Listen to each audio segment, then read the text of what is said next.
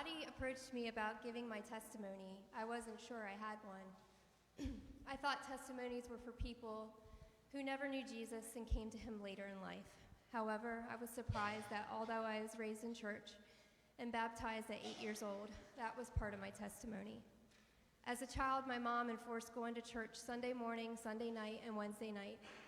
Basically, anytime the church doors were open, we were there. Although my knowledge of Christ started at a very young age, it certainly did not mean I was perfect or even had a grasp on what a true relationship with Christ was. I had many bumps along the way, and I still have a long way to go. I joined the military when I was 18 years old and served for a little over 20 years. Church and prayer became very important to me before and during my 2 deployments to Iraq. However, once the deployments were over, that importance tapered off, and I let other distractions impede my relationship with Christ. I had roots, however, so I always found my way back. Most of the time, it was because of a bad circumstance. I am certain that God used these trials and hard times to draw me back to him, including being diagnosed with thyroid cancer in 2016 at 32 years old. I had 2 surgeries back-to-back to remove my thyroid and radioactive iodine therapy a few months later. In 2019, the test showed that the cancer had reoccurred and spread to my lymph nodes. I had another surgery in January 2020 to have 8 lymph nodes removed. Throughout this time, although scary, I felt peace and comfort that only God can give. And since then, no reoccurrence has happened.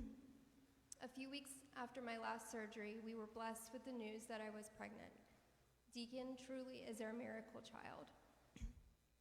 After much prayer from family and friends, I was medically retired in February 2023. It just goes to show that God's timing is perfect in all things. Deacon and I were then able to relocate here to Chico from Maryland and reunite with my husband Brian, who had moved here for work in November of 2022. I know now that I'm standing before you today because of the power of prayer. Not just any prayer, but the power of generational prayer and faithfulness. My testimony began with my great-grandparents praying and seeking the will of God over my grandmother and future generations. My grandmother has done the same with her children and her grandchildren and great-grandchildren, and continually prays for us. My mom has been a solid rock for me, and I know I can go to her and she will pray about any and everything. However, when I was younger, I didn't want to go to church all the time and would always try to get out of it. I'm very thankful for both her and my grandmother's steadfastness and faithfulness in bringing me to church. I'm also thankful for my husband's family that have been so faithful to serve the Lord and for their prayers. Now that I'm a mother myself, I truly understand the importance and significance of Proverbs 22:6. Train up a child in the way he should go, and when he is old, he will not depart from it.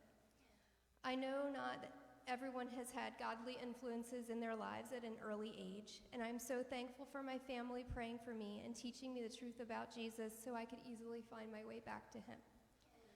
I want to thank you for welcoming us into your church family. I'm so very thankful to have found this church home and the warmth and love we have received.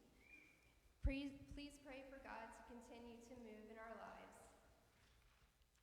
Please pray, especially for little Deacon, that we can give him the proper instruction. I'll need all the help I can get. I will leave you with this scripture that we used to recite at the end of church service when I was a child. It's from Numbers 6:24 through 26. The Lord bless thee and keep thee. The Lord make his face shine upon thee and be gracious unto thee. The Lord lift up his countenance upon thee and give thee peace.